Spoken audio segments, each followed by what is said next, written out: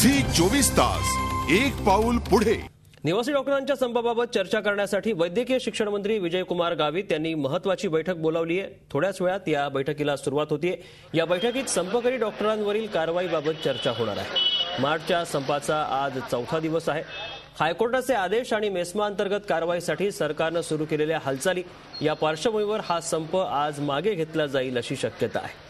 कोर्टाचा अवमान होत असेल तर संप मागे घेऊ अशी भूमिका मार्चच्या डॉक्टर्सनी घेतली आहे। त्याचबरोबर सरकारसोबत चर्चेची तयारी देखील दाखवली आहे। दुसरीकडे मार्चबरोबर वाटाघाटीचा प्रश्नच येत नाही असं वैद्यकीय शिक्षण मंत्र्यांनी स्पष्ट केलं। संपकरी डॉक्टरांवर मेस्मा अंतर्गत कारवाई करण्यास विधी आणि न्याय खात्यानं हिरवा कंदील दाखवलाय। पुण्यासह इतर शहरातल्या निवासी डॉक्टर संपातून बाहेर पडल्यामुळे मार्चमध्ये आधीच फूट पडल्याचं चित्र आहे। आज दुपारपर्यंतची मुदत देण्यात आली आहे। 12 वाजतापर्यंत संप मागे घेतला नाही तर कारवाई करण्यात येईल असं गावित यांनी आधी स्पष्ट केलं होतं आणि आता या कारवाईला सुरुवात देखील झाल्याचं नागपुरातल्या घटनेनं स्पष्ट होत आहे।